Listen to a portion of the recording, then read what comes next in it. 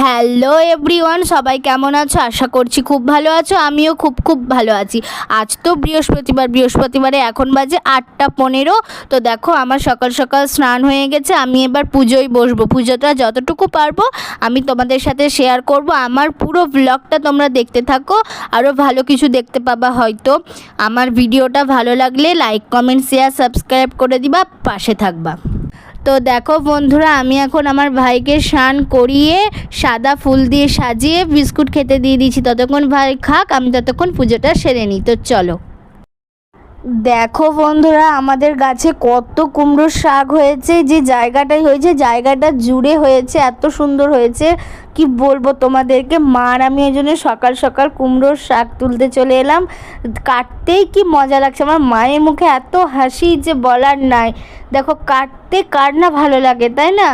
দেখো মা আবার তোমাদেরকে দেখাচ্ছে। দেখো বন্ধুরা, দেখো ছাদ থেকে তুলে এনে কাটাও হয়ে গেল।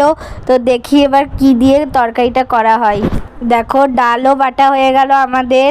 তো চলো ডালের বড়াটা করে তোমাদেরকে দেখাই। দেখো ডালের বড়াও আমাদের হয়ে গেল।